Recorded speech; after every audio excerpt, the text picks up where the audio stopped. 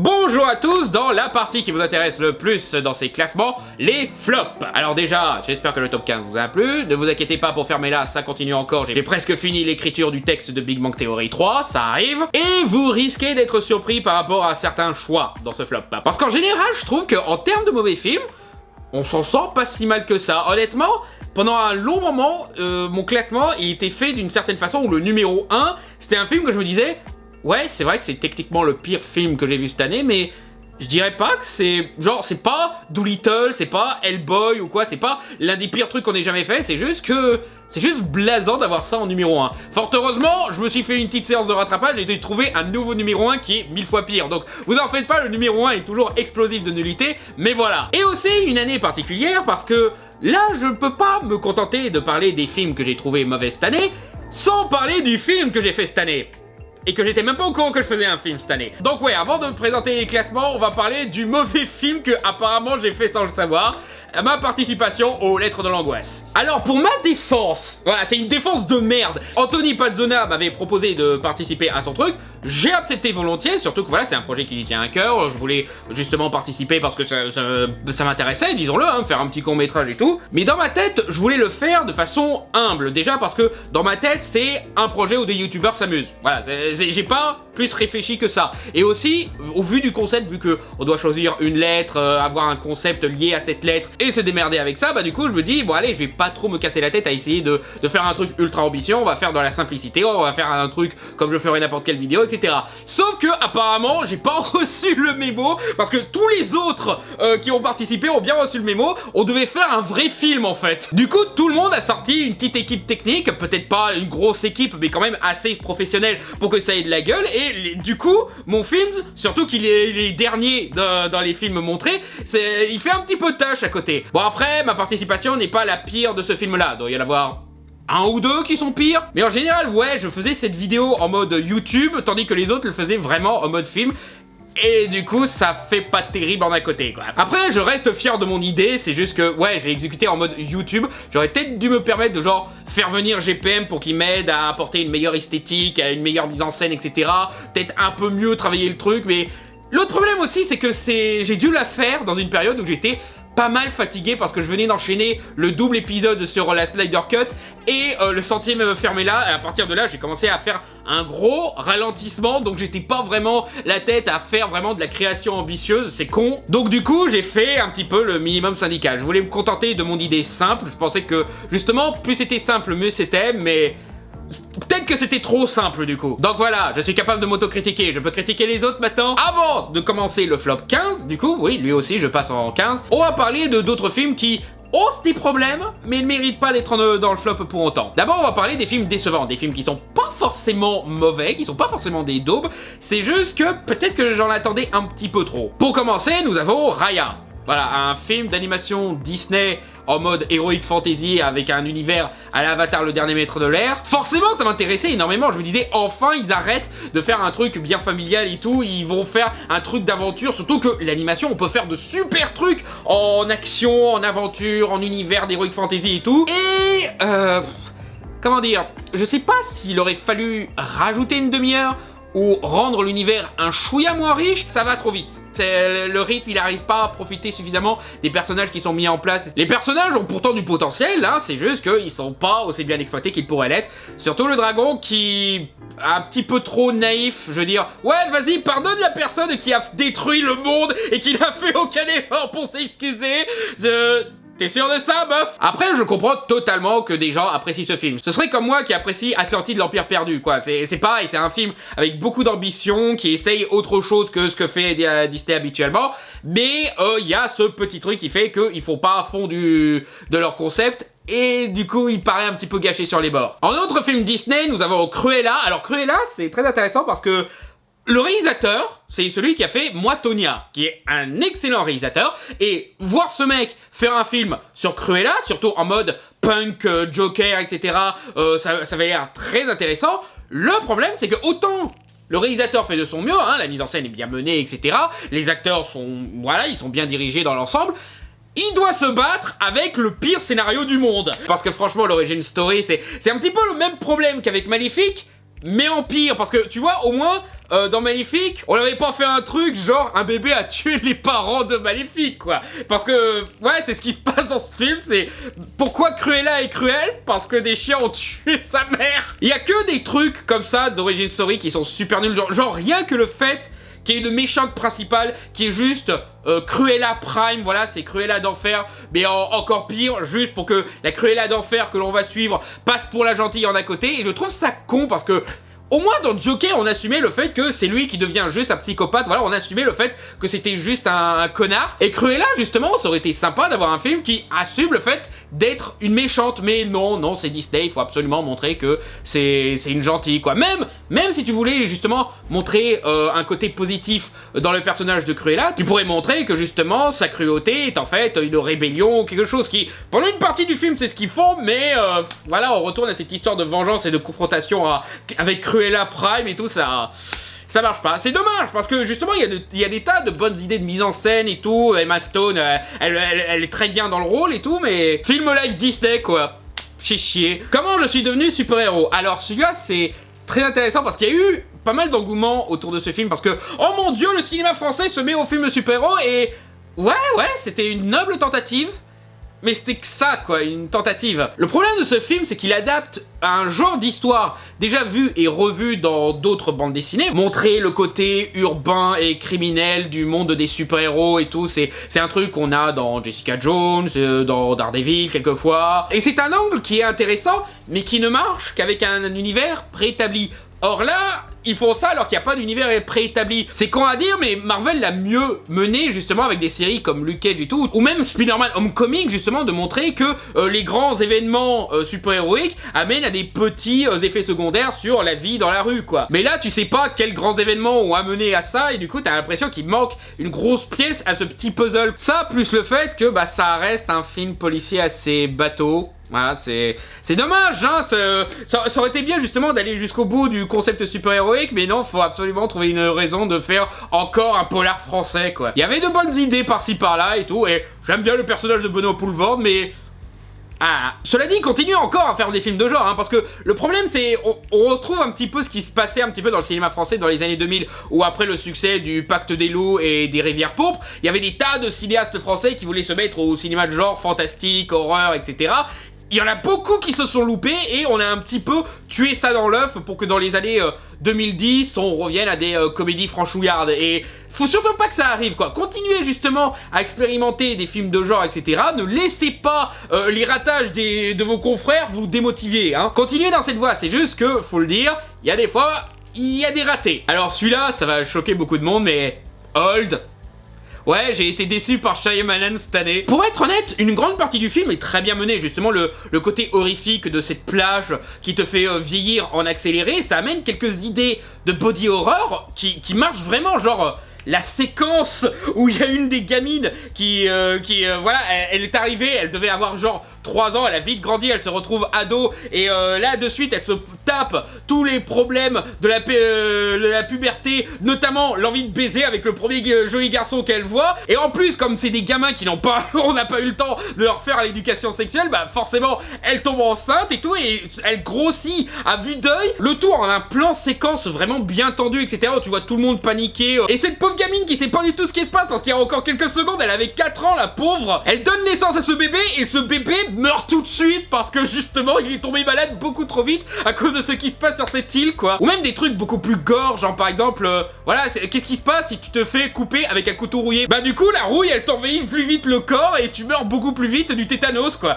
Il y a des tas d'idées de body horror qui marchent bien, quoi. Le concept de la plage est bien mené. Le problème c'est le tout début et la toute fin, parce qu'ils font exactement ce que Shyamalan ne doit jamais faire, expliquer ce qui se passe. Il y en a qui critiquent les explications dans le village, et encore là, c'était suffisamment flou et ça restait concentré sur le principal, à savoir les occupants de ce village. Mais dans Old, c'est l'inverse, ça se concentre trop sur ces gens qui ont mis en place cette espèce de complot pour exploiter la plage, et c'est complètement absurde. Chaque fois que tu essayes d'y réfléchir, tu te dis... Mais non, mais ça marche pas, vous allez vous faire choper par le premier flic qui passe. Surtout que ces histoires de entreprises pharmaceutiques qui exploitent des gens, qui les font disparaître pour leurs expériences, ça marche dans certains films parce que ce sont genre des SDF, des gens que la société oublie complètement ou dénigre. Là, ce sont des gens suffisamment aisés pour être dans des hôtels paradisiaques et tu te dis... Non, et à un moment, ils vont s'inquiéter pour eux, ils vont demander une enquête, ils vont essayer de les retrouver. Donc voilà, on critiquait Shyamalan pendant des années parce qu'il explique pas assez ces trucs. Là, il a pris le temps d'expliquer pour que tout soit logique et bah, c'est raté. Et c'est dommage. C'est pour ça que Shyamalan doit arrêter d'écouter les critiques et juste faire des films à son image. Et c'est justement à ça qu'il est bon en plus. Eiffel, alors celui-là, il m'énerve particulièrement parce que tu fais un film sur Gustave Eiffel et sur comment il a construit la fameuse tour Eiffel.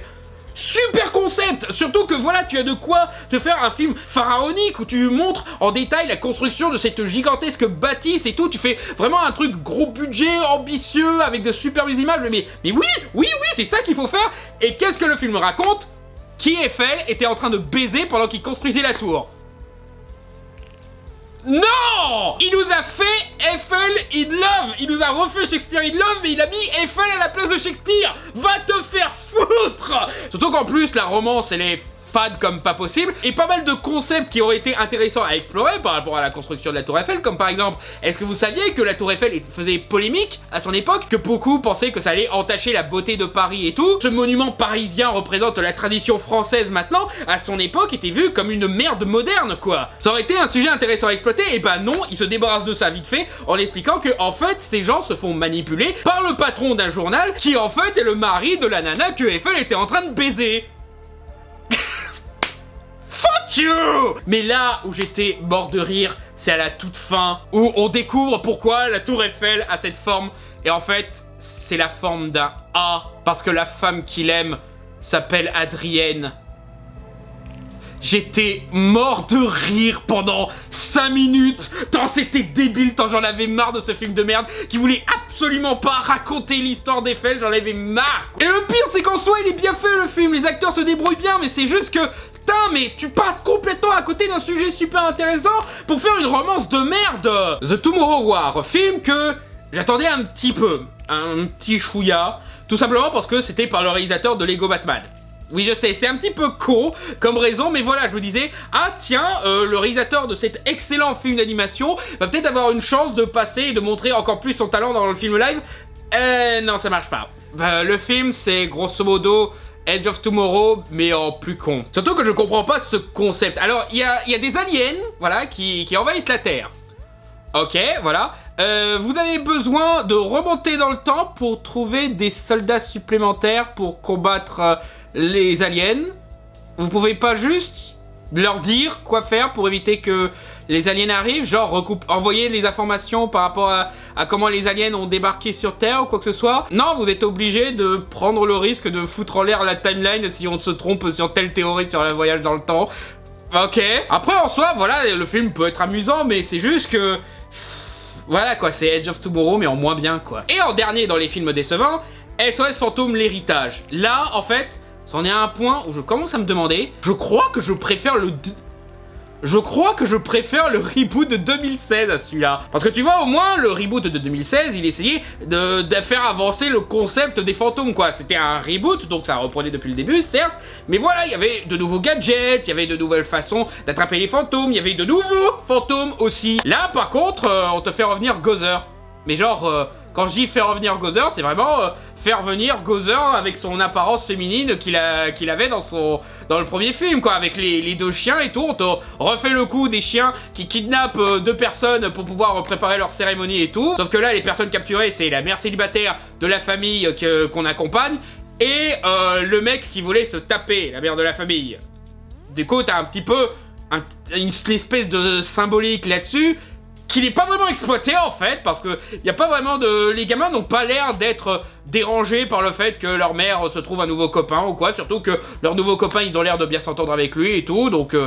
Voilà quoi, c'est une symbolique qui sert un petit peu à rien. Mais aussi le problème c'est que ça a essayé d'être un film, une suite nostalgique, mais essayant quand même de guider une nouvelle génération, genre Star Wars 7, mais finalement ce fut Star Wars 9, à savoir une suite nostalgique où on emmerde la nouvelle génération, où on glorifie que l'ancienne. Compris avec l'image de synthèse d'un certain acteur mort de mauvais goût, ce qui...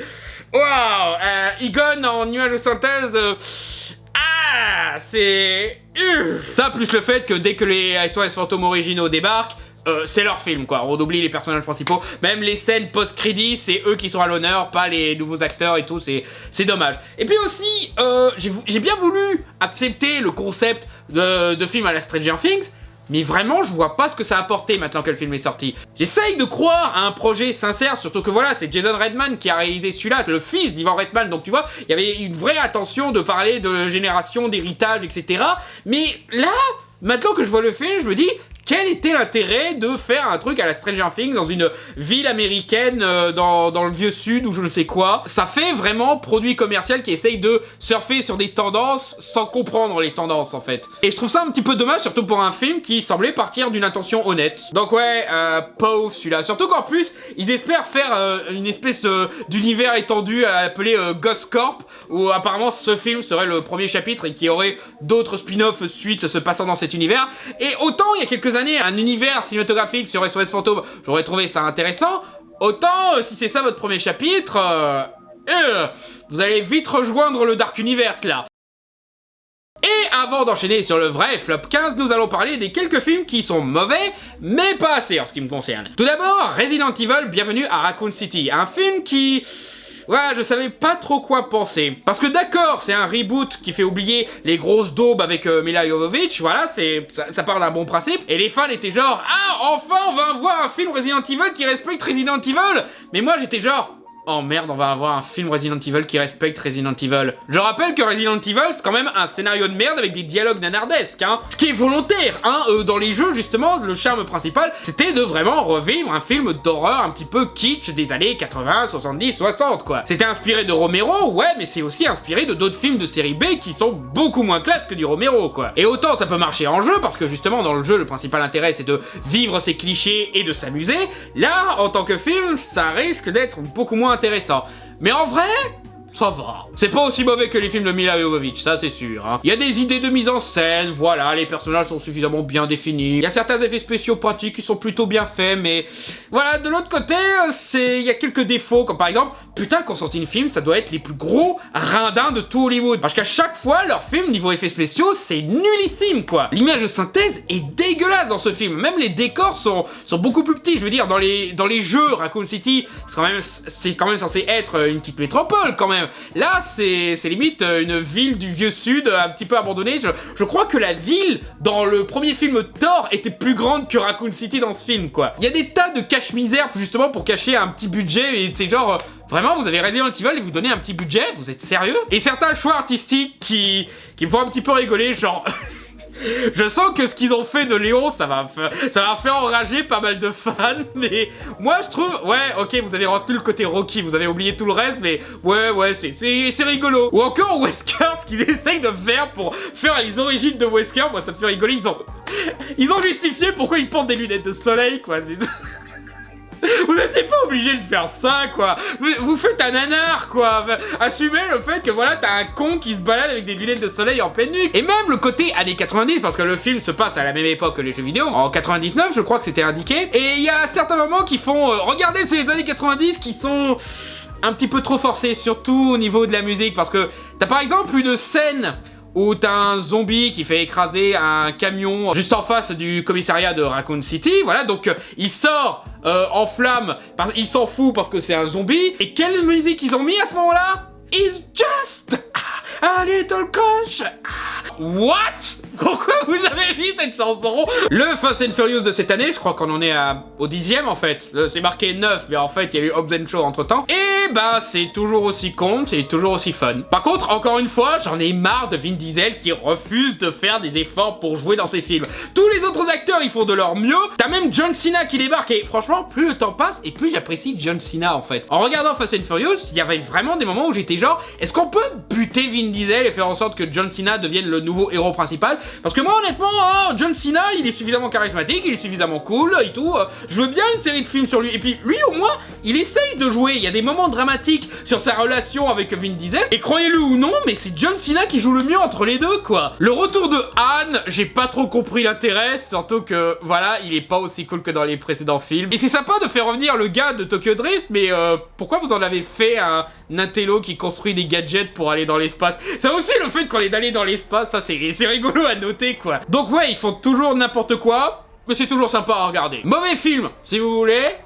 Pire film de l'année? Non, clairement pas, non. Cosmo Ball, un film que vous avez probablement jamais entendu parler parce qu'il est même pas sorti en salle, en fait, il est sorti direct en Blu-ray et DVD. Et c'est un blockbuster russe, voilà, qui se passe dans un futur où, pour sauver le monde, t'as des espèces de Power Rangers qui jouent au football avec une bombe nucléaire.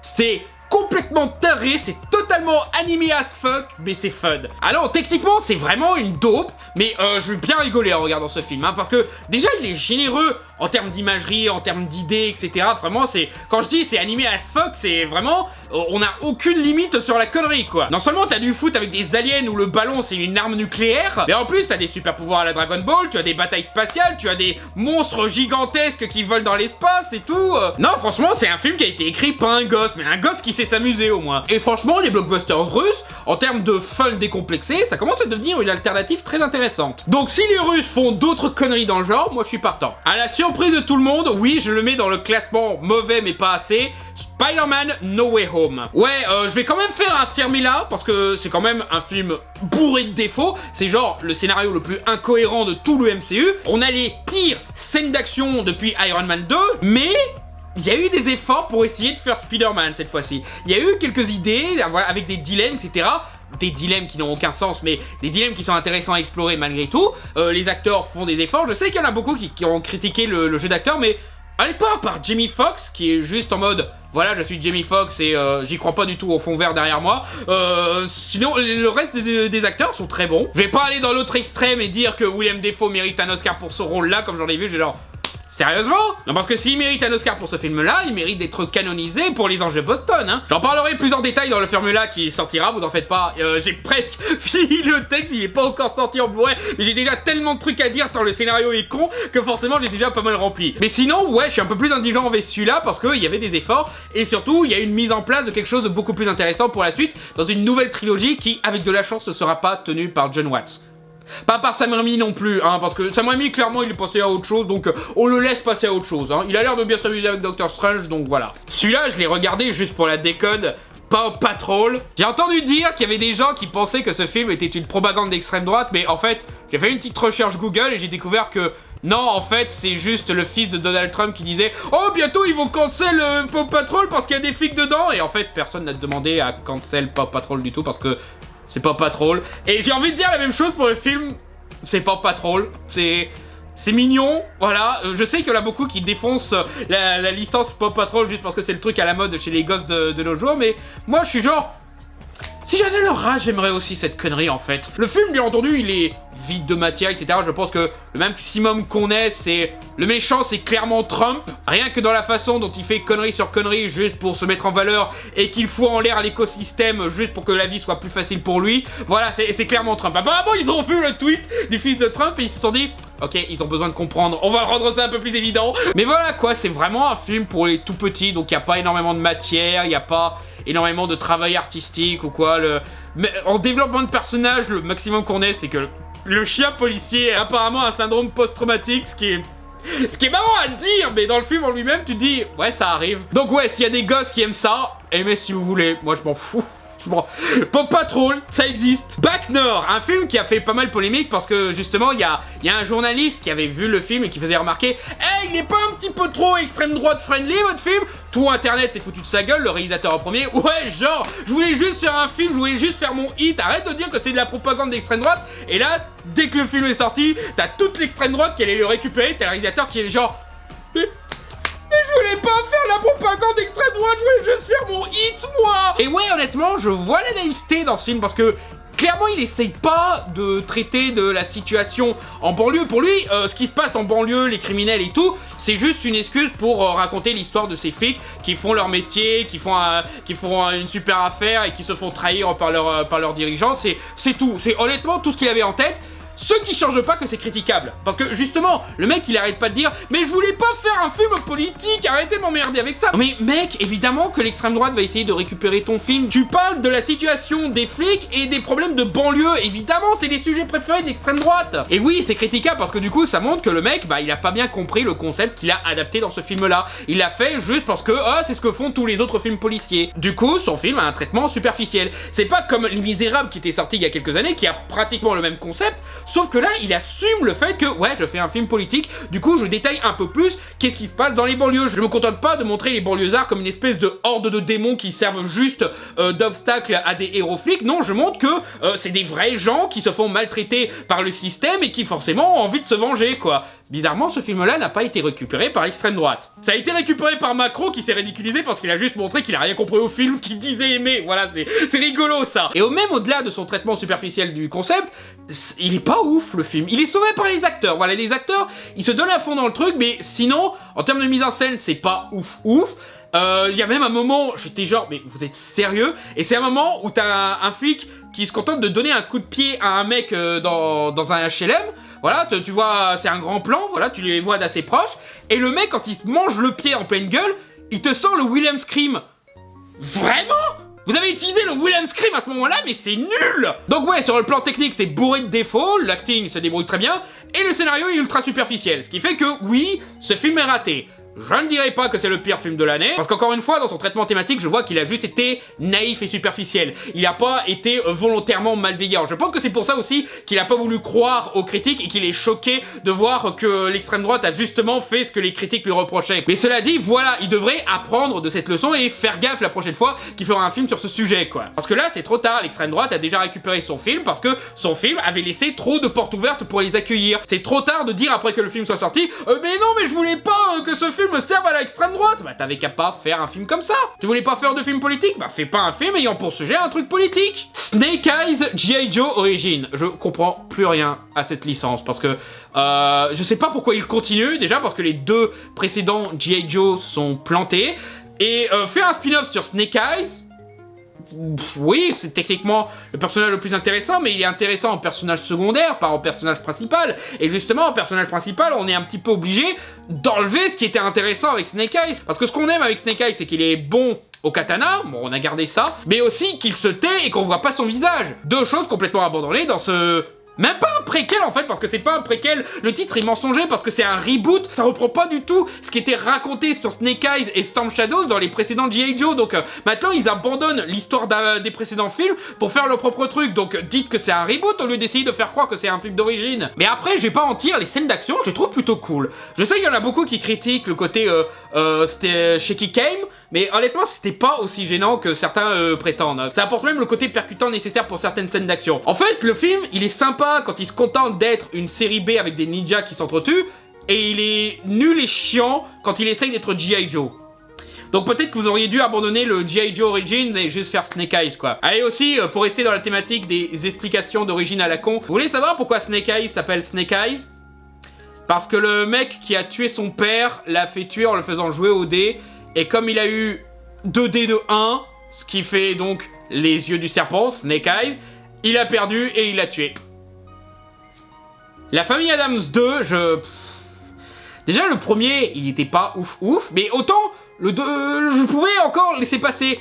Mais le 2, j'ai vraiment l'impression qu'ils ont même pas compris c'était quoi l'intérêt de la famille Adams. Parce que l'intérêt de la famille Adams, c'est que c'était une famille bizarre dans un monde qui se prétend normal. Ça avait déjà du mal à marcher dans le premier parce que le monde normal était tellement stéréotypé et cartoonesque que du coup le contraste ne marchait pas autant que ça aurait dû. Mais là, ils sont contrastés avec d'autres personnages qui ont leur propre genre de bizarrerie, qui pourraient pratiquement être des cousins de la famille Adams à ce stade-là, et on essaye de te faire croire qu'ils sont meilleurs qu'eux, mais non, vous êtes pareil en fait. Là, c'est la bizarrerie qui condamne la bizarrerie, mais... What? Ça plus le fait que les gags sont... Ouais, j'ai pas souvenir d'un gag qui m'a fait particulièrement rigoler. Et puis le scénario quoi, genre... Oh, peut-être que Mercredi a été adopté et si elle le découvre, elle va vouloir aller dans une autre famille, mais...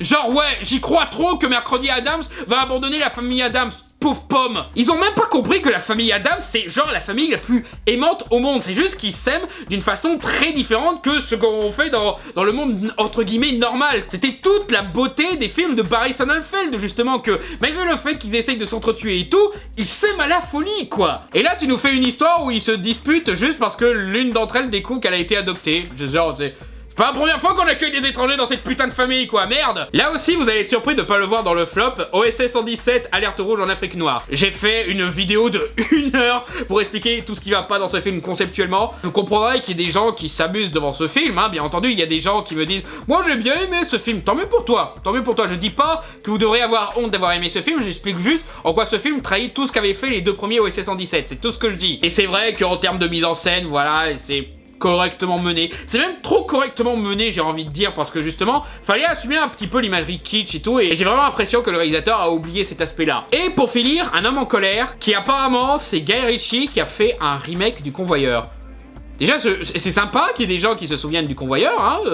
C'était justement un des rares films de genre français dans les années 2000 qui avait plutôt bien marché à son époque et tout, qui était pas mal, de ce que je me souviens, mais vraiment, après tout ce temps, vous faites un remake du Convoyeur? Et surtout, pour faire quoi avec? Pour mettre Jason Statham à la place d'Albert Dupontel? Vraiment? Pour faire une histoire qu'en fait, le mec, c'était un gangster qui voulait venger son fils? Je sais que l'histoire de vengeance de fils, je crois me souvenir qu'elle était déjà dans le film, mais il n'y avait pas cette histoire de... En fait, c'était un gangster et il compte sur le fait que tout le monde a oublié le visage d'un des plus grands gangsters de la ville pour qu'il devienne un simple employé de convoi et tout, mais... Genre... Vraiment?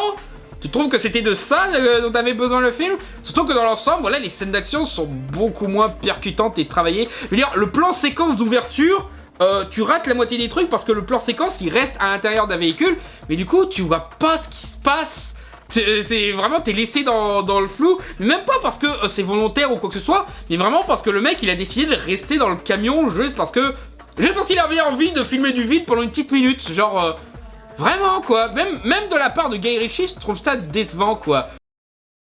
Voilà, ces deux listes, c'est fait. Passons maintenant au flop 15. Et on va commencer avec le numéro 15, Army of the Dead. Quand ta liste des pires films de l'année commence par un Zack Snyder, ça va, ça aurait pu être pire. Et honnêtement, j'ai envie d'être indulgent vers Zack Snyder parce que il a pas mal souffert ces temps-ci. Il essaye de passer à autre chose en essayant d'autres films que des gros blockbusters super-héroïques. Et honnêtement, je voudrais bien l'encourager dans cette direction-là. Pas le forcer à faire un Snyderverse pour faire plaisir mon côté fanboy, mais vraiment l'encourager à faire les films qu'il a envie de faire. Et Army of the Dead, il avait l'air vraiment enthousiaste de retourner aux films de zombies et tout. Le problème, c'est que c'est un petit peu le même problème qu'avec la Snyder Cut, c'est que il n'a pas l'air de comprendre la portée symbolique, la portée thématique de ce qu'il adapte en fait. Alors, il a une passion assez superficielle de ce qu'il adapte. Pour les zombies, c'est pareil. Alors, j'ai jamais été spécialement fan des films de zombies, mais au moins il y avait toujours un truc que je respectais dans les films de zombies, c'est l'aliénation. Voilà, il y a bien une raison pour laquelle les zombies, c'est une image souvent reprise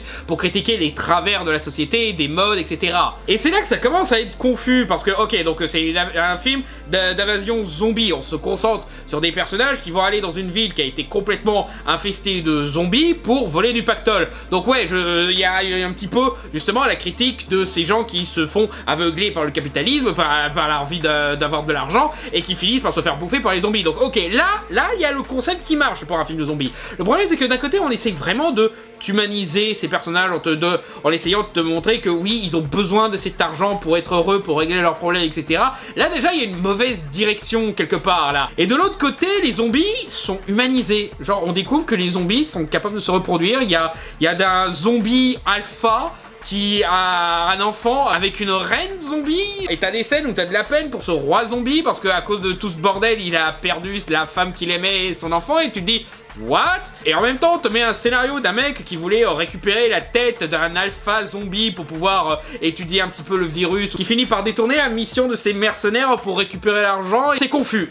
J'ai l'impression qu'il a mis un tas de clichés qu'il aimait bien dans les films de zombies, mais sans vraiment les comprendre. Genre par exemple, le fait que les zombies sont humanisés, ça rappelle énormément Je suis une légende, hein, pas seulement le film avec Will Smith, voilà, en général. Parce que le twist, le très important dans l'histoire de Je suis une légende, c'est que justement, c'est un mec seul qui se retrouve dans un monde qui a été infesté par un virus qui a transformé l'humanité en monstre, mais plus le temps passe, plus on commence à se rendre compte qu'en fait ces monstres ont fini par se créer leur propre société, à vraiment s'humaniser, à vraiment se trouver une façon de vivre, malgré le fait que ce sont des créatures de la nuit, et qu'en fait le véritable monstre de l'histoire, bah, c'est le survivant. Mais là il y a même pas ça, parce que le film te met même pas vraiment du côté des zombies.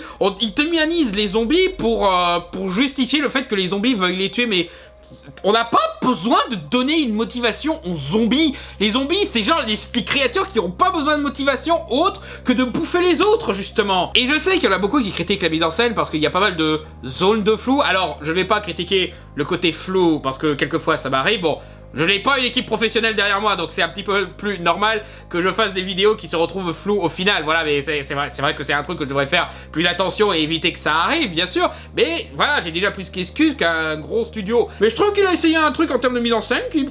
Il y a de l'idée, honnêtement. C'est un flou, il a essayé de faire quelque chose d'intéressant avec. Je dois lui reconnaître ça. Je vais pas suivre automatiquement les critiques superficielles qu'on a sur ce film. Non, vraiment, mon problème, c'est que thématiquement, le film est confus. Ça, plus le fait qu'il est pas spécialement fun, même au niveau de gore ou de l'action. En fait, le film est à l'image de son générique, qui est très esthétique, avec une musique ironique, mais en même temps il se passe des trucs ultra dramatiques et pas drôles, ce qui fait que tu te dis quelle émotion t'essayes de me donner à ce moment-là, film. En numéro 14, Halloween Kills. Alors, j'avais plutôt bien aimé la tentative de revival de Halloween dans le précédent film qui était sorti il y a quelques années, Halloween tout court, parce que je trouvais la mise en scène bien exécutée, classique, certes, totalement, mais au moins c'était efficace. Il y a certaines morts qui étaient plutôt impressionnantes et rigolotes, et puis revoir Jamie Lee Curtis en mode badass, prêt à se venger de Michael Myers, voilà, c'était sympa comme concept. Mais là, quand j'ai su qu'ils allaient faire une trilogie autour de ce revival, j'étais genre,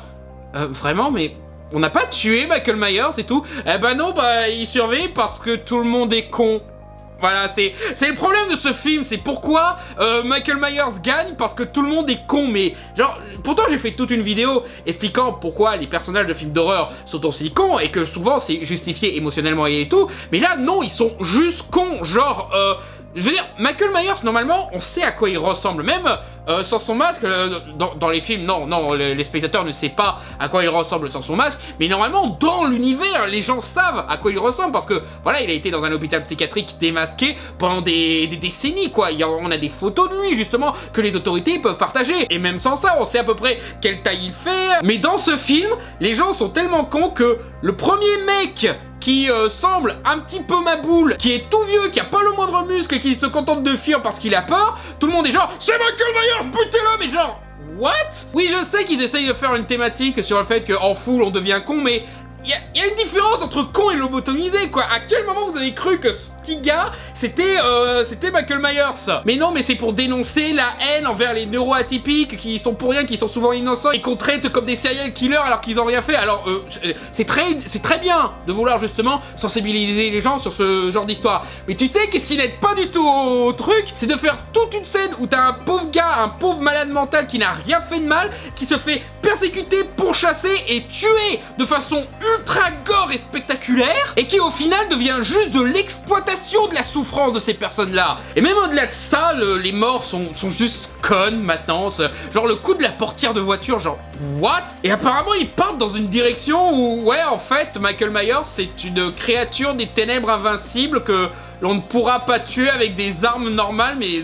si, vous pouvez le tuer, visez la tête! C'est pas une créature de la nuit, vous êtes juste débile, vous savez pas tuer un mec, vous êtes nuls! Et même Jamie Lee Curtis n'a pas pu sauver le film parce qu'elle fait rien dans ce film, elle se contente de cicatriser à l'hôpital. Et aussi, apparemment les 3 films sont censés se passer dans la même nuit. Alors déjà, les 2 premiers films, ça fait un petit peu limite. Mais avec le 3e, je sais pas comment vous allez réussir à vous démerder pour faire entrer ça, quoi. C'est con parce qu'il y avait, j'ai oublié son nom, il y a l'acteur qui jouait dans Dead Zone qui honnêtement, voilà, il faisait de son mieux, il avait un rôle intéressant et tout, mais l'écriture elle aide pas du tout, quoi. Même la mise en scène, voilà, il y a quelques plans et tout, mais comparé au premier, c'est meh. Non, là, franchement, Halloween, faut arrêter, hein.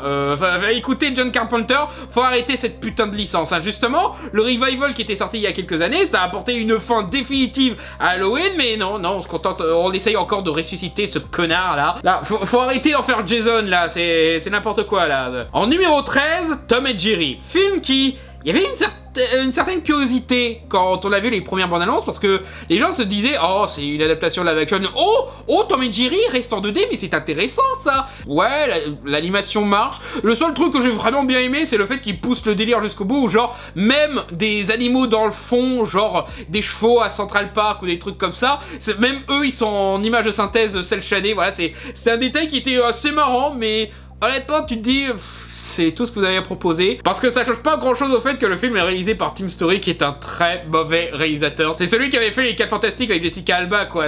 Là c'en est un point où même pour faire du Tom et Jerry il arrive à être nul alors que...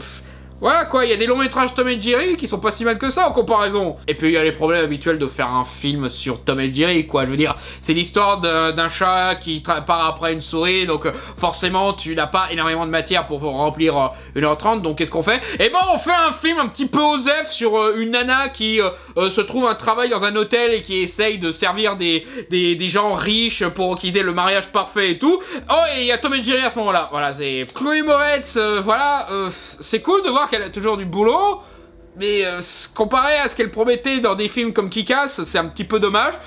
Et bref, elle est juste chiante. J'ai pas grand chose à dire parce que ce film est d'un tel pétard mouillé, je peux même pas vraiment le conseiller aux gosses. Je veux dire, Paw Patrol au moins il est amusant, mais Tom et Jerry, genre, tu dois quand même te taper des discussions chiantes entre humains où même quand t'es adulte tu t'en fous alors quand t'es gosse, laisse tomber quoi. Le seul truc qui m'a vraiment fait rire, c'est que le patron de l'hôtel est cliniquement con, mais genre tellement con que c'en est drôle. C'est le seul truc qui est un minimum drôle, c'est le patron. Il est même plus drôle que Tom et Jerry à certains moments, ce qui est...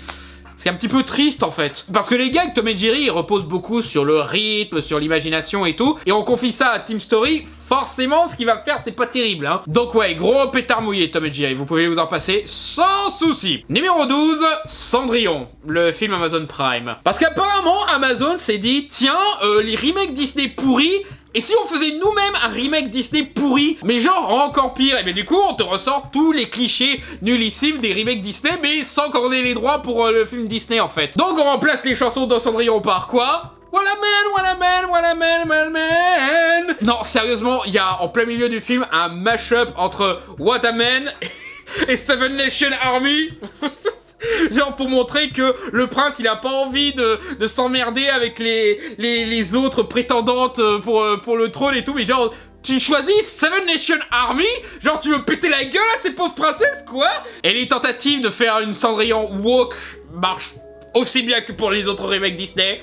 À savoir pas du tout. Genre ouais c'est bien, vous développez un petit peu plus la romance entre Cendrillon et le prince. Ça a été fait 1 milliard de fois mieux dans À tout jamais avec Drew Barrymore, mais bon. Et on montre qu'elle ne veut pas juste se marier et avoir une position de princesse et de reine pour que la vie soit tranquille pour elle. Non, elle veut être une girl boss. Parce que les femmes ne veulent pas être libres ou considérées comme de vraies personnes. Non, elles veulent une promotion.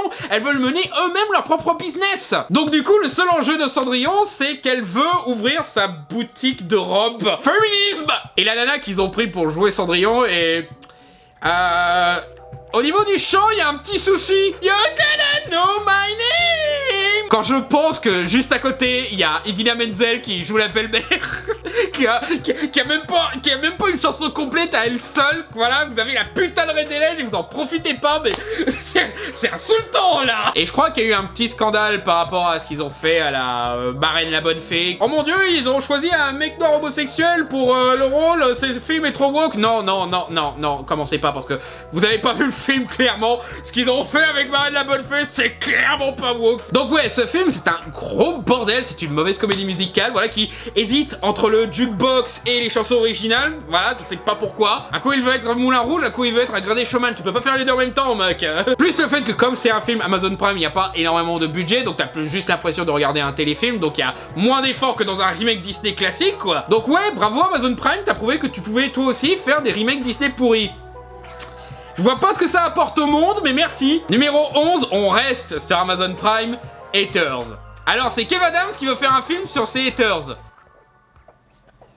Et la morale de l'histoire, c'est arrête de t'occuper de tes haters. Bah, Oui, oui, je suppose que c'est une bonne leçon, mais j'ai l'impression qu'il fait ça pour rester dans son confort, quoi. Il a même fait venir des potes du cinéma français, voilà, il a fait venir Franck Dubosc, Philippe Deschamps et tout, même Jean-Claude Van Damme, j'ai pas compris. Et grosso modo, c'est une série de sketchs pour se moquer des haters et montrer que, ouais, en fait, les haters, ils sont pas méchants, quoi, on comprend pas ce qu'ils disent, etc. Et faut pas s'inquiéter des haters, ouais, oublions la partie ultra toxique des gens sur internet qui veulent te doxer, qui veulent te détruire dans la vraie vie, qui t'envoient des menaces de mort et tout. Non, oublions cette partie-là, hein. Contentons-nous de moquer des exemples qui nous arrangent dans notre confort et de nous dire que, ah, tout va bien dans le monde et tout. Ça, plus le fait, bah, que, voilà, quoi, Kev Adams, forcément, c'est loin d'être une pointure humoristique. Et la plupart des invités, c'est genre, le sketch avec Franck Dubosc que Franchement, Franck Dubosc, il devrait arrêter de s'incruster sur Amazon Prime dans des films qui parlent d'internet, parce que clairement, il fait genre, hey, je peux m'amuser avec vous, je peux m'amuser avec vous. Non. Et surtout, comme c'est un film à sketch, bah ça veut dire que l'enjeu principal du film est mis en pause et n'avance pas pendant une grande partie. Je suppose qu'il y a des gens pour qui ça, voilà, ça peut être amusant, mais déjà, je suis pas fan de Kev Adams, alors. Kev Adams qui essaye de me faire la leçon sur ce que c'est un haters, surtout comparé à ce que moi je me tape niveau haters, ferme ta gueule, hein.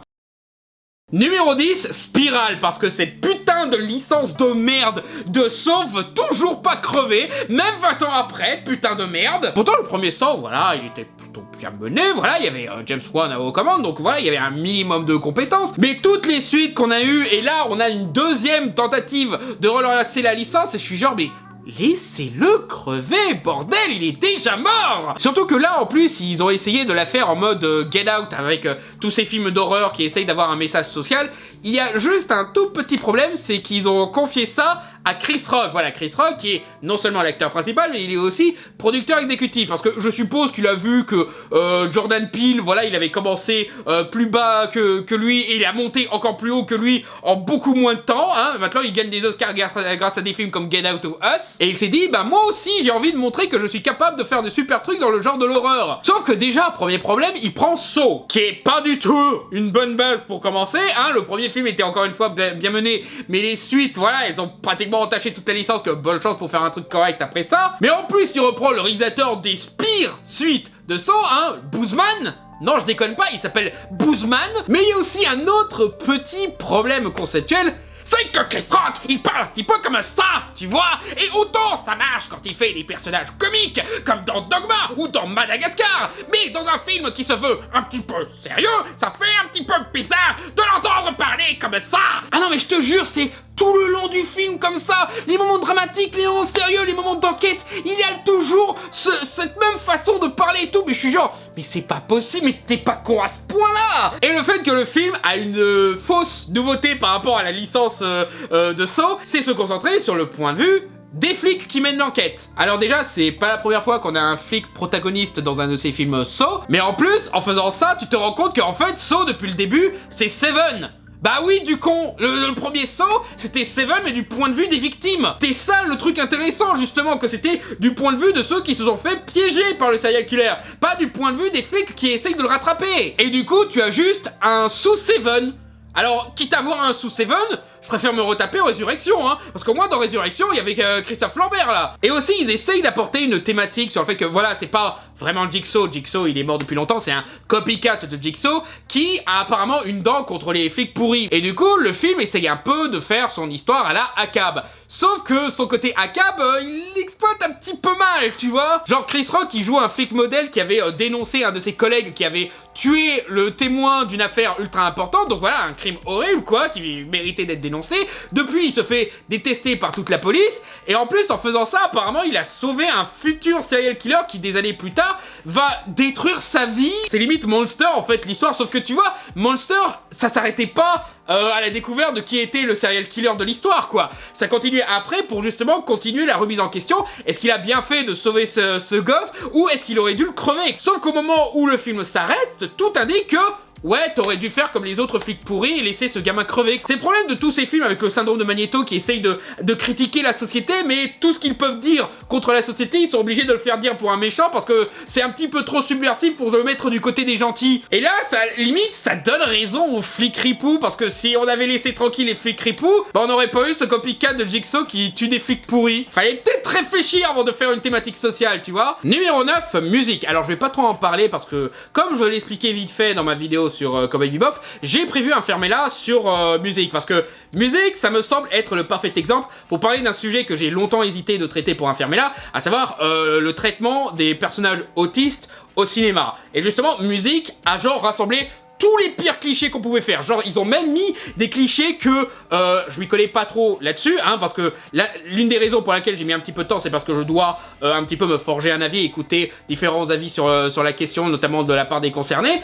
J'ai pas encore eu le temps de bien rechercher le truc, mais même à ce stade où je suis là, où je suis pas très au courant de tout, il y a même des trucs de je sais, non, fallait pas faire ça. Genre déjà, tu ne fais pas jouer ton personnage autiste comme si c'était Cartman dans cet épisode de South Park où il essaye de rejoindre les JO pour handicapés là. Et aussi, non, faire une prise de catch sur une personne autiste qui fait une crise, ce n'est pas du tout une bonne solution. C'est genre aggraver le problème. Même moi, je sais ça, pauvre conne. Oui, conne parce que c'est un film réalisé par Sia. Alors, Sia, c'est bien de vouloir essayer de te lancer dans le cinéma, voilà, mais peut-être que t'aurais dû faire autre chose que te lancer sur un sujet comme l'autisme, voilà, qui est un sujet déjà assez compliqué que pas mal de réalisateurs très expérimentés ont un petit peu du mal à bien gérer.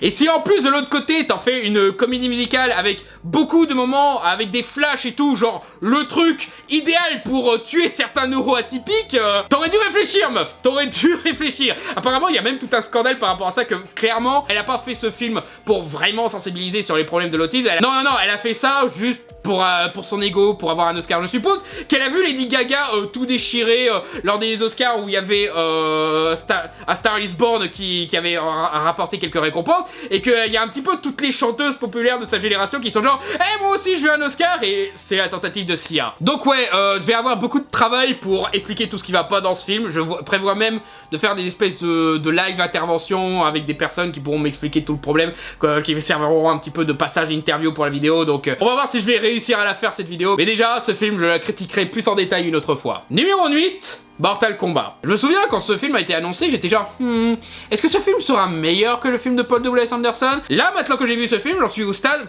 est-ce que ce film est pire que Mortal Kombat Destruction Finale? Parce que, ouais, putain, il a le même problème de narration beaucoup trop rapide et beaucoup trop centré sur les événements et l'action et les explications. J'ai vraiment eu des flashbacks Mortal Kombat Destruction Finale. J'ai même eu des flashbacks Dragon Ball Evolution. Pas par rapport au fait que oh ils ont pas respecté le jeu, parce que non, ils ont plutôt bien respecté superficiellement le jeu, voilà, suffisamment bien pour faire plaisir à des fanboys. Voilà, il y a le gore, il y a les personnages qui ressemblent aux personnages et tout. Il y avait des moments qui faisaient tellement toc, genre t'as une bonne partie du film se passe dans un temple sous la terre, et vraiment pas mal des rochers, la façon dont c'était éclairé, les jeux de lumière et tout, j'avais vraiment des flashbacks Dragon Ball Evolution. Non, vraiment très déçu par ce film là, hein. Pourtant ça devrait pas être compliqué de faire un bon film sur Mortal Kombat. Je veux dire, il y a des amateurs qui ont fait un bon film sur Mortal Kombat, à savoir Mortal Kombat Rebirth, là l'espèce de web series qui était sortie il y a quelques années. Voilà, ça c'était un bien meilleur film Mortal Kombat que ce qu'on a eu. Mais là les personnages reposent beaucoup trop sur le fait qu'on est censé déjà connaître ces personnages dans le jeu vidéo, parce que sinon on te les présente pas trop, les développe pas trop, voilà. Y en a un qui meurt en plein milieu et tu t'en fous complètement. Et puis en plein milieu il te rajoute un personnage original, parce que c'est vrai qu'un des gros problèmes de Mortal Kombat c'est qu'il n'y a pas assez de personnages. Et ce personnage c'est vraiment une construction artificielle pour essayer d'accueillir le spectateur du mec de 30 ans nostalgique des années 80 qui a une famille et tout, et qui a envie de retrouver un film Mortal Kombat. Je sais pas pourquoi vous avez mis un self-insert pour votre public cible, mais c'est le personnage le plus chiant du film en plus. Il apporte rien à une histoire, on te fout une histoire d'élu juste pour justifier sa présence dans ce putain de film, et ça ne sert absolument à rien. Même son pouvoir, il est pas intéressant. Son pouvoir, c'est d'avoir une armure. Oh waouh! Les scènes gore sont existantes, voilà, elles sont pas particulièrement percutante ou rigolote ou quoi. Le seul truc qui m'a vraiment plu dans ce film, c'est que t'as une scène d'entraînement où t'as Liu Kang et Kano qui se battent, et Liu Kang le bat en faisant le coup classique de un coup de pied par terre, un coup de pied par terre, un coup de pied par terre. C'est le seul moment que j'ai bien aimé le film, c'est le moment le plus drôle du film, et c'est ma scène d'action préférée du film. Ça en dit long. Coup de pied par terre, c'est le meilleur moment du film. Même la façon dont ils essayent de teaser une suite tout le long en montrant que Mortal Kombat n'arrive même pas vraiment dans ce film-là. C'est juste les personnages qui se préparent à Mortal Kombat, et de l'autre côté, t'as Shang Tsung qui essaye de tricher en fait. Il essaye de tuer tous les joueurs de Mortal Kombat justement pour qu'il n'y ait pas de Mortal Kombat et qu'il gagne par défaut. Genre... grosse merde! T'es vraiment une grosse merde, Shang Tsung! Et aussi d'autres défauts par rapport à la mythologie Mortal Kombat, comme par exemple, les dieux anciens sont vraiment les plus grosses feignasses du monde. Genre, t'as l'outre-monde qui peut tricher autant qu'ils veulent, y a aucun problème, ils interviennent pas une seule seconde. Comme le dit Fellouz dans la plupart de ses critiques, dieu de l'inutile! Non ouais, Mortal Kombat, je sais qu'il y en a qui ont bien aimé le film, tant mieux pour vous, mais... honnêtement, c'était juste une série B sans intérêt. C'est pire que le film de Paul W. Sanderson. Il y a un petit problème là quand tu fais pire que le réalisateur des pires films Resident Evil, quoi. Numéro 7, Venom 2. Alors, la licence Venom, j'en ai marre. Je comprends plus pourquoi il continue à faire ces films. Au moins, tu vois, au moins le premier Venom, il y avait un petit peu ce choc qui faisait que sur le moment, tu rigolais et tu acceptais l'horreur que t'étais en train de regarder. Genre, pourquoi vous avez pris Venom et que vous en avez fait The Mask avec Jim Carrey? Je sais pas, ça m'a fait rire sur le moment, donc j'ai accepté. Mais le 2, on est maintenant à un stade où on continue à faire The Mask avec Jim Carrey, et c'est juste blasant, quoi. J'en ai marre de vos conneries, vous me racontez plus rien. Genre, y a pas de thématique dans ce film. De nos jours, même les pires films de super-héros essayent d'avoir une thématique. Genre, Hellboy, il essayait d'avoir une thématique sur ce qui nous définit, notre destin, les conditions de notre naissance, ou quelque chose un peu plus individuel. Même Spider-Man Far From Home, j'ai fait toute une vidéo expliquant à quel point ce film était nul, même lui essayait d'avoir des thématiques. Venom 2... Carnage débarque, fout la merde et leçon apprise, je suppose. La leçon, c'est sois gentil avec Venom, il est mignon. Ouais, là maintenant, Venom, il est au stade de la princesse Disney où sa seule ambition, c'est de vivre libre, de découvrir le monde et d'avoir les cheveux au vent. Voilà, c'est la motivation de Ariel dans La Petite Sirène, c'est... waouh. Et là, en plus, ce qui me fait encore plus de la peine, c'est que celui-là est réalisé par Andy Serkis. Andy Serkis, qui est un artiste pour qui j'ai énormément de respect, et dont j'avais beaucoup aimé son premier long métrage, là, Mowgli, le film Netflix. Mais là... il essaye. Il y a deux moments où il essaye d'apporter une mise en scène un minimum travaillée, genre la scène de la lettre, voilà, qui est une bonne trouvaille, qui marche bien et tout, qui est très jolie à voir, et certains plans dans le combat final qui se passe dans une église. Ça fait plaisir de voir un film de super-héros qui assume une esthétique un petit peu gothique, voilà. C'est suffisamment rare pour que je dise « Ah, c'est cool de l'avoir fait pour une fois !» Ça change de Marvel qui essaye jamais d'avoir une esthétique dans le genre. Mais ça sauve pas du tout le film, et dans l'ensemble, bah, ça... C'est toujours le premier Venom, ce qui confirme vraiment le côté commande et très surveillé de ces films-là, mais... c'est juste blasant, j'en ai marre de Venom. Et pourtant, voilà, dans le traitement de la licence Spider-Man, d'habitude je suis du côté de Sony, mais là, clairement, avec ces films autour de l'univers de Spider-Man, où ils font des films sur Venom, sur Morbius, bientôt Black Cat, ou Sable et tout, ça, je suis sûr... Pourquoi? Clairement, ils se battent pour essayer de conserver la licence, pour pouvoir continuer à se faire du pognon sur Spider-Man. Et si ça me permet de faire Spider-Verse, pourquoi pas, hein, moi ça me va. Mais de l'autre côté, vous êtes obligé de les laisser être aussi pourris. Est-ce que le MCU peut rendre Spider-Man à Sony, histoire qu'ils arrêtent de faire ces films et qu'ils puissent enfin faire des efforts pour des films Spider-Man? S'il vous plaît. Surtout après ce qui s'est passé sur No Way Home, vous avez plus besoin de connexion avec le MCU, donc... En numéro 6, Président. Alors... j'ai une phrase parfaite pour expliquer mon problème par rapport à ce film. C'est une phrase que je ne pensais pas dire dans un autre contexte, mais voilà. J'aurais aimé que ce film soit plus sarkozyste que hollandiste.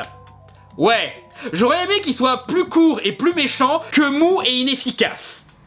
Voilà. C'est ma critique de Président. Parce que voilà, tu fais un film sur Nicolas Sarkozy et François Hollande. Oh, pardon, Nicolas et François, hein. Rien à voir avec Sarkozy et Hollande, bien sûr. Wink, wink. Tu fais un film où ils s'organisent tous les deux pour créer un nouveau parti politique. Parce que dans le fond, ils ont envie de redevenir président et que clairement, ils s'en foutent de quel parti politique et de quelle valeur ils défendent. Ils veulent juste le pouvoir. Et qu'est-ce que t'en fais ? il s'emmerde en pleine campagne française. C'est... Vraiment? Je veux dire, t'as un sujet en or. Putain, tu peux te refaire 4000 gags, des guignols avec ça. Et qu'est-ce que tu fais avec? Tu les fais s'emmerder dans la campagne. En plus, c'est encore plus décevant par rapport à la réalisatrice qui, avant ça, avait fait Police avec Omar Sy, qui celui-là était beaucoup mieux réalisé, avait un sujet intéressant et qui était bien mené en plus. Donc clairement, elle est capable d'avoir un propos politique engagé, mais là, dans ce film-là, elle a une mine d'or devant elle, elle n'en prend pas un seul grain. Et à la fin, on te les fait passer pour un héros, surtout Sarkozy, parce que, oh, finalement, il laisse tomber la course pour que ce soit la femme de François Hollande qui prenne le pouvoir. Mais genre... Ouais, merci connard. Non, vraiment, ce film est beaucoup trop gentil avec ces deux connards avec qui on aurait pu faire une super satire hilarante et percutante, quoi. C'est ça le pire avec ce film, parce que c'est peut-être pas le pire film du monde, mais c'est le film le plus inutile et lâche. Il a un sujet parfait et il refuse d'y toucher. Et ça, tu vois, c'est pire que de maltraiter le sujet, parce qu'au moins, maltraiter le sujet, ça veut dire que t'as essayé de traiter le sujet. Ça veut dire que t'as vu le potentiel du sujet pour faire un truc cool. Mais là, ce film essaye tellement de froisser personne. Pour le coup, c'est un film qui est gâché par le politiquement correct. Mais genre le vrai politiquement correct, celui qui nous empêche de dire du mal de ces connards-là. Alors, pour le numéro suivant, en fait, j'ai hésité. Je sais toujours pas lequel des deux est le pire, donc je les mets un petit peu ensemble. En numéro 5 et numéro 4, du coup, nous avons les deux films de Ridley Scott, Le Dernier Duel et House of Gucci. Bon alors déjà, les critiques que je peux faire aux deux films. Est-ce qu'on peut enfin dire à Ridley Scott que la couleur existe? Que ça fait presque 100 ans qu'on a découvert le cinéma couleur et qu'on peut l'utiliser, s'il vous plaît. J'en ai putain de marre de son monochrome moche. Genre même House of Gucci qui dans les bandes annonces promettait d'être un film énergique, pété de couleurs et tout, même celui-là il est monochrome et moche. J'en ai marre de son esthétique qu'il a adopté depuis Kingdom of Heaven, j'en peux plus. Sans déconner, quand je ressortais de la salle de Last Duel, je voyais le ciel et j'étais genre... Oh, la couleur existe. Mais au-delà de ça, ouais, je ne sais pas lequel des deux serait le pire, parce que Last Duel, le problème c'est il traite d'un sujet plutôt mal, avec égocentrisme, et il dit des choses un petit peu douteuses involontairement, donc je veux bien lui reconnaître ça, et il essaye de raconter ça avec une ambiguïté qui ne marche pas du tout. Le concept du film, c'est voilà, il y a un chevalier qui a violé la femme d'un autre chevalier, donc du coup, le mari veut se venger, le provoque en duel, et l'issue de ce duel décidera si la nana a vraiment été violée ou pas. Si le mari gagne, bah du coup, ça veut dire qu'elle avait raison, et s'il perd, ça veut dire qu'elle a menti et qu'on va l'exécuter pour avoir diffamé un chevalier. Et pour raconter cette histoire, il te fait un film en 3 temporalités. On voit d'abord le point de vue du mari, le point de vue du violeur, et le point de vue de la femme. Alors, conceptuellement, il y a de l'idée. Le problème, c'est que les différences entre les différentes temporalités ne sont pas des masses très parlantes. Le plus parlant, c'est par rapport au mari qui, dans sa version à lui, tu le montres comme le mari parfait, voilà, héroïque et tout. Dans les autres versions, c'est un gros lâche et un gros nerveux qui s'engueule avec tout le monde. Et dans la version de la femme, ça te montre que c'est carrément un connard qui la traite à peine comme une propriété et qui accepte de défendre son honneur juste pour défendre son honneur à lui. Mais la version du violeur, c'est là qu'il commence à y avoir un petit peu de problème parce que on te montre la scène de viol, déjà ça veut dire qu'on va avoir 2 fois la scène de viol, merci Ridley Scott. Mais aussi, le viol, selon lui, bah tu le filmes comme un viol en fait. T'essayes pas de le montrer, non, elle était d'accord, il y avait consentement et tout, ou quoi que ce soit, qui justement est la version classique des violeurs, justement, que elle voulait ça, etc. Justement, montrer justement cette différence. Le seul truc qui change vraiment, c'est que dans l'un, on cache le visage de la dame, et dans l'autre, on montre son visage, on voit toute sa peine. Ce qui est... Oui, c'est une idée, mais fallait faire un peu plus avec ça. Donc du coup, tu comprends pas trop ce qui se passe, genre, ça veut dire que dans la première version, c'était pas vraiment un viol, donc pour toi, un viol, c'est pas un viol. Quoi? Il y a quelque chose qui colle pas, quoi. En fait, c'est tellement mal fait que quand vient le passage de la version de la femme, il te surligne bien que c'est la vérité, que c'est vraiment comme ça que ça s'est passé. Parce que clairement, oui, on avait besoin que tu nous expliques que la nana a vraiment été violée, alors que tu dois la confirmer en 2 exemplaires, le premier venant du violeur lui-même, quoi. Ça, plus le fait que le film est mou et sans saveur, quoi. Il y avait des idées par-ci par-là, mais sous un meilleur réalisateur, ça aurait été beaucoup plus intéressant. Mais malheureusement, Ridley Scott, ça fait des années qu'il fait de la merde. Je sais qu'il y a toujours des fans qui sont persuadés que c'est un génie accompli parce qu'il y a 30 ans il a fait Blade Runner, mais faudrait peut-être se mettre un jour, quoi. Entre temps il a fait 1492, entre temps il a fait Legend, entre temps il a fait G.I. Jane. Quant à House of Gucci, alors là on a un autre problème récurrent chez Ridley Scott, c'est que Ridley Scott refuse de prendre des acteurs de la bonne nationalité pour jouer ses personnages. Ça avait déjà fait scandale avec Exodus où il avait pris principalement des acteurs blancs, des britanniques, des américains et tout pour jouer des égyptiens, et sa justification à la con c'était genre mais si je prenais Mustapha machin personne personne n'irait voir mon film. Ouais, et maintenant tu dis quoi quand tu prends Matt Damon et Adam Driver et que personne va voir ton film non plus? Mais c'était pareil avec 1492, Christophe Colomb, qui quand même raconte l'histoire d'explorateurs italiens. Le casting est principalement français ou américain. Genre... Mec, l'Italie c'était à côté. Mais là encore, ça pouvait passer. Dans House of Gucci, ça pose un autre problème, c'est que... Parce que là, les acteurs, ils jouent des personnages italiens, donc du coup, ils se font tous des faux accents italiens. Très mauvaise idée. Adam Driver et Lady Gaga sont pas crédibles une seule seconde, hein, c'est pas les pires accents italiens que j'ai jamais entendus, mais quand même. Et en plus, tu sens que ça les bloque un petit peu dans leur jeu d'acteur, genre à un moment ils doivent choisir entre jouer à fond ou jouer leur accent, et au bout d'un moment ils n'arrivent pas à trouver le juste milieu. Jeremy Irons, ça passe. Al Pacino, je me disais, oh peut-être que lui il aura un bon accent, parce que voilà, il a des origines italiennes, ça l'a bien servi pour le parrain. Non, même son accent à lui est cartoonesque. Et là, j'ai eu mon Spider Sense qui s'est réveillé là et qui me disait... Jared Leto n'est pas encore arrivé dans ce film. Jared Leto est nullissime dans ce film, putain. Non seulement ils lui font tout un maquillage pour qu'il soit gros, un petit peu chauve et tout, pour jouer un certain physique, alors que t'aurais pu prendre quelqu'un qui avait vraiment ce physique, genre peut-être quelqu'un qui était vraiment italien, mais en plus, il a le pire accent italien de tous. Là, il y a Viggo Mortensen qui regarde ce film et qui est genre, bordel de merde, mais qu'est-ce qu'il fait lui? Même quand il joue avec d'autres acteurs, genre t'as pas mal de scènes où il est seul avec Al Pacino, et genre... Vous vous souvenez quand Al Pacino, il avait joué dans Jack et Jill, je crois que c'est ça, le film avec Adam Sandler. Et vous vous souvenez à quel point il était un chouïa cringe quand il était aux côtés de Adam Sandler habillé en femme? Et ben là, avec Jared Leto, il est pire là, genre non seulement... Il commence à se faire vieux, Al Pacino, donc forcément il a plus l'énergie de ses premières années, mais là en plus quand il est avec Jared Leto, tu sens trop qu'il... Quand est-ce qu'il arrête de parler celui-là? T'as même des moments où tu sens que Jared Leto il se contente d'improviser pour remplir toute la scène, que Ridley Scott n'a donné aucune direction, et que Al Pacino, lui, il attend juste le moment où il va lui dire un truc qui va l'amener à jouer une émotion ou quelque chose, et quand ça arrive, ça tranche complètement avec comment il était pendant quelques secondes. Ah, c'est là que je suis censé jouer. Oh, fuck! Voilà, c'est fait, allez. Et encore une fois, la mauvaise mise en scène de Ridley Scott frappe encore une fois, la direction d'acteur est aux fraises, mais en plus, il se trompe complètement de style de mise en scène pour les scènes qu'il essaye de faire. Genre, le début de la romance entre Adam Driver et Lady Gaga, c'est écrit comme une romance à la Bridget Jones, c'est filmé comme un film d'espionnage, comme un thriller, quoi. Il y a quelque chose qui colle pas entre l'image et le texte, tu vois. T'as vraiment des moments où tu dis que le script, il devait être beaucoup plus humoristique, beaucoup plus satirique, mais qu'en fait, il essaie de te raconter ça comme un film ultra sérieux, ultra sombre. Genre, par exemple, t'as une scène où t'as Jeremy Irons qui fête son anniversaire ou je ne sais plus quoi, voilà, une scène sympathique où il discute avec Adam Driver et Lady Gaga, ils s'entendent bien et tout, ah tu es enceinte, félicitations et tout, et là en plein milieu des discussions, cut Jeremy Irons dans son cercueil. Waouh, la transition de merde, putain. Et le résultat est tellement comique que tu te dis, tu filmes vraiment ça comme si c'était un vrai film biopic sérieux. Qu'est-ce qui se passe? Genre s'il avait confié ça à quelqu'un de la boîte de Matthew Vaughn, tu vois, où il essaierait d'apporter une esthétique pulp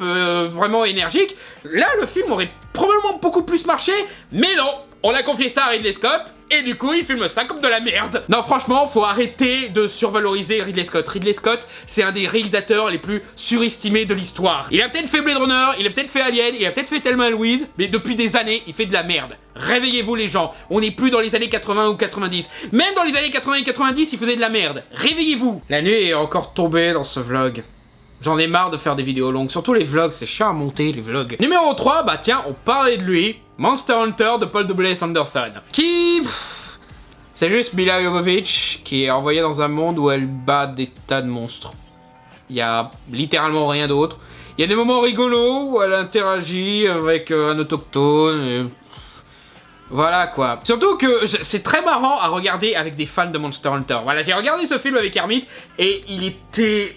complètement ravagé. Surtout qu'après il a insisté pour me montrer quelques extraits du jeu pour montrer que voilà, il y a le potentiel pour faire de super trucs avec l'univers de Monster Hunter. Tu peux faire le Hobbit x 3000. Mais Paul W.S. Anderson préfère se contenter du désert, préfère mettre un self-insert pour sa femme comme il le faisait avec Resident Evil. Les combats sont pas particulièrement bien filmés ou bien finalisés. La musique est un milieu de la musique symphonique du jeu, voilà, c'est juste de la musique remplissage avec une ambiance techno années 80. Bah déjà, je trouvais ça bizarre dans le film Power Rangers qui était sorti il y a quelques années, parce que je me disais, c'est pas vraiment l'ambiance de Power Rangers à la base, mais là, je comprends encore moins, parce que c'est même pas un film de science-fiction, quoi. Oh tiens, est-ce que ce film de Paul W.S. Anderson va finir en queue de poisson comme n'importe quel film de Paul W.S. Anderson? Oui, totalement, ça finit en putain de queue de poisson, il continue à faire ça, bordel de merde, dans tous ces films de merde. Mais là, ça arrive au moment où tu dis, oh putain, enfin un truc fun et un petit peu ambitieux en termes de spectacle. Ah bah non, c'est là que le film s'arrête. Je vois même pas l'intérêt de mêler le vrai monde et le personnage de Milla Jovovich. Ça fait juste ralentir le concept pour qu'au final Monster Hunter ne commence pas vraiment, quoi. Genre, c'est impossible de nos jours,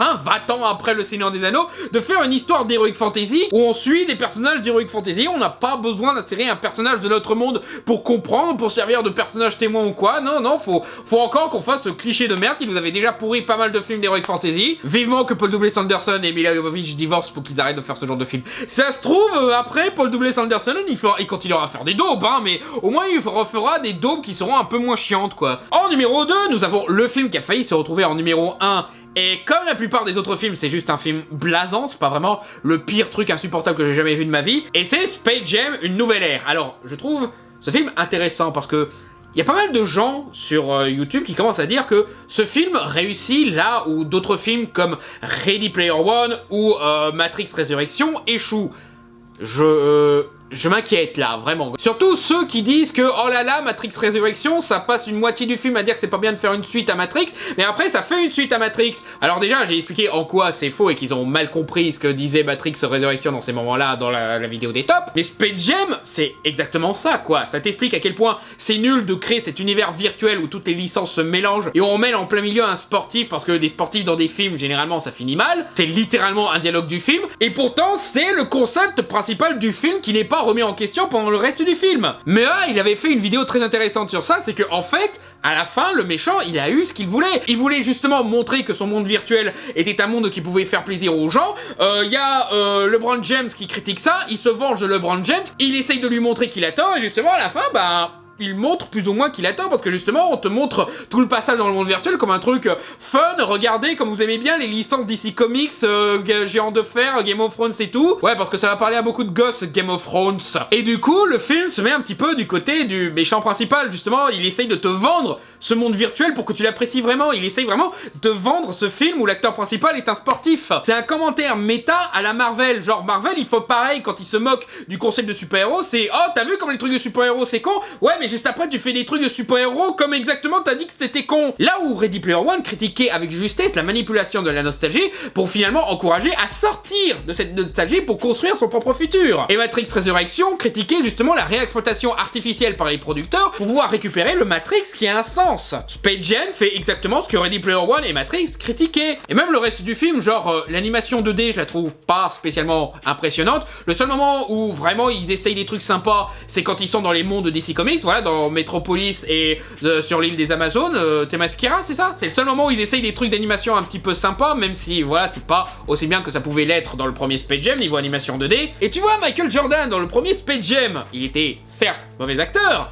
mais au moins, les réalisateurs avaient l'intelligence de pas lui donner un arc, de pas lui donner une histoire où il est développé émotionnellement et donc où il va devoir jouer beaucoup de scènes d'émotion. Il y avait au moins ça. Là où LeBron James, ils font cette erreur. Du coup, t'as des moments où il est censé jouer une émotion et ça ne marche pas du tout parce que, comme tu l'as dit en début de film, c'était une très mauvaise idée de prendre un sportif en acteur principal. Ça, plus le fait que l'humour marche pas des masses, voilà, les enjeux sont complètement absurdes. Et au final, ce film incarne tout le cynisme sur l'exploitation nostalgique de ces licences-là. Le premier Space Jam aussi était un concept cynique, voilà, c'était quand même une grosse pub de peluche, de basket et tout. Mais au moins, il y avait des gens qui essayaient quand même d'en faire un film qui valait le coup d'être vu. Il y avait même un petit peu de sincérité avec l'histoire de Michael Jordan qui faisait le deuil de son père à ce moment-là. Mais là, non, c'est juste cynique, c'est juste bouffe de la merde nostalgique, s'il te plaît. Ah, tu te souviens de Space Jam, tu te souviens du Géant de Fer, tu te souviens de Game of Thrones, tu te souviens des Pires à Feu. Même le côté nostalgique, ils l'ont mal fait parce que déjà, tu te rends vite compte qu'il n'y a pas énormément de licences nostalgiques nostalgique dans leur catalogue. Genre la plupart du temps ils se contentent de ressortir DC Comics quoi. Mais aussi tu peux remarquer que la plupart des créatures c'est juste du recyclage de modèles 3D qu'ils avaient utilisés dans d'autres films. Genre les personnages de Scooby-Doo, bah ils t'ont pris les modèles 3D du film Scoob qui était sorti il y a quelques années. Et le géant de fer c'est littéralement le modèle de Ready Player One. Tu peux même voir une partie sur ses jambes où il a pas été fini de modéliser comme dans le film. Donc ouais c'est un gros film de fainéant. Je sais que je devrais pas attendre beaucoup de Space Jam, bien sûr j'en attendais rien, mais j'attendais au moins un film con mais rigolo. Là j'étais juste saoulé par le cynisme du film et l'absurde de ce qu'on racontait quoi. Space Jam était tellement nul qu'il en était drôle. Space Jam 2 est tellement nul qu'il en est blasant. Et c'est pour ça que je trouvais dommage d'avoir ça en numéro 1, parce que c'est un film blasant, pas un film catastrophique. Encore une fois, il y a des moments de compétence dans certains moments à Metropolis ou à Themyscira quoi. Mais fort heureusement, j'ai trouvé le pire film de l'année 2021. Numéro 1, Mystère à Saint-Tropez. Alors déjà, ce film de loin, je me disais...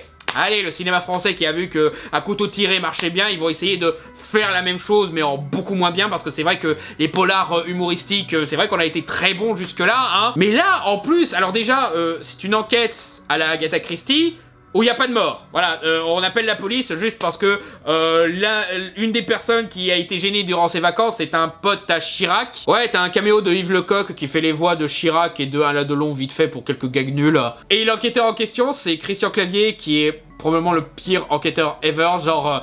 Ces gags, c'est à la limite de Johnny English 2. Genre, il fait gaffe sur gaffe, il arrête pas de faire n'importe quoi. Ça devient hyper lourd. Ça, plus le fait que la plupart des gags partent dans un potache nul à chier, et que ça se passe dans un milieu très bourgeois, très typique, et que t'as certains personnages stéréotypés qui sont affreusement pas drôles et insupportables. Genre, t'en as un, je déconne pas, c'est un cuisinier. Son seul gag, c'est qu'il rigole comme ça. Non, vraiment, tout le film, il parle comme ça, et c'est censé être drôle apparemment. Et là, je me dis... cette odeur de merde, c'est bien particulier. Est-ce que ce serait pas quelqu'un que je connais par hasard? Du coup, je regarde sur Wikipédia qui a fait cette daube. Alors, Nicolas Benanou, bon, connais pas. Écrit par Jean-Marie Poiré. Fils de pute! Il est toujours pas à la retraite, ce connard! Oh! Ouais, alors, je sais qu'il y a des fans, des visiteurs, mais désolé, je déteste les visiteurs. Donc vous imaginez à quel point je dois détester les films qu'il a fait après qui sont encore pires que les visiteurs. Je ne supporte pas son style d'humour, c'est genre le même style d'humour de merde. C'est genre, oh tiens, t'as des petits bourgeois qui accueillent un mec qui fout de la merde dans leur petite vie et tout. Genre, ouais, c'est une base. C'est tout, faut faire de l'humour après. Je suppose que Christian Clavier continue à bosser avec lui parce qu'ils sont pox, etc. Mais putain, ils arrêtent pas de faire four sur four, ces deux-là. Vraiment, ça me sort par les yeux, ce genre de film. Et du coup, ah bah c'est parfait, il est vite monté numéro 1. J'avais même pas fini le film que j'avais déjà décidé qu'il serait numéro 1. Ça n'est jamais drôle. Le seul moment qui m'a vraiment fait rire, c'était en dépit du film. À quel point ta comédie doit être ratée si je rigole en dépit de la comédie. Et le moment qui m'a fait rire, bah c'est parce qu'il y a Gérard Depardieu dans ce film. Au cas où vous le saviez pas, Gérard Depardieu, maintenant, il est en mode total osef, et il a révélé en interview que maintenant, chaque fois qu'il est sur un tournage, il fait exprès de manger des trucs qui font péter pour être sûr de faire chier toute l'équipe de tournage quand il est sur un film. Du coup, chaque fois qu'il y a une scène avec Gérard Depardieu, c'est très rigolo de voir la tronche des acteurs autour de lui. Genre Christian Clavier, il va le voir dans son bureau, il était dans la salle d'attente, il était tout propre et tout. À peine il entre dans le bureau de Gérard Depardieu, il est en sueur. Oh putain, ça pue à ce point, sérieux? Le pire, ça doit être Benoît Poelvoorde. Déjà, j'ai de la peine pour Benoît Poelvoorde qu'il continue à jouer dans ce genre de merde. Genre, il avait fait une pause justement pour pouvoir essayer de se requinquer, de pouvoir passer à autre chose, pour qu'un jour on lui repropose des rôles intéressants et tout, et bah on lui propose Mystère à Saint-Tropez quoi, merde. Et en plus de ça, on lui donne un rôle où il doit inspecter le cul de Gérard Depardieu. Genre vous êtes dit, on n'a pas assez pourri la vie de Benoît Poelvoorde, faut qu'on le pourrisse encore plus. Oh non, vraiment, ce film, je le crame. C'est vraiment une des pires daubes du cinéma français qui m'a été donné de voir, quoi. L'enquête, elle mène à rien, genre le tueur, il arrive à tuer personne, et en plus on découvre que c'est mec Osef qui était dans le coin et qu'on s'en foutait et qui faisait tous les trucs douteux possibles. Et encore une fois, le film ne fait qu'enchaîner des gags pas drôles après des gags pas drôles. C'est genre... insupportable. Que quelqu'un empêche Jean-Marie Poiré d'avoir du travail, s'il vous plaît. Alors je préviens au cas où je surjoue, hein, je demande pas vraiment à ce qu'on arrête la carrière de Jean-Marie Poiré. Ça m'arrangerait parce que j'en ai marre de ces films, mais après il fait ce qu'il veut le mec. Hein. Donc voilà, c'était mon flop des pires films de 2021. J'espère que ça vous a plu, j'espère que ça vous a amusé, hein, c'est quand même l'intérêt de me voir critiquer des mauvais films. Et je vous dis à bientôt sur la chaîne Fermez-la, notamment avec le prochain Fermez-la consacré pour la 3e fois à Big Bang Theory. Bonne journée à tous.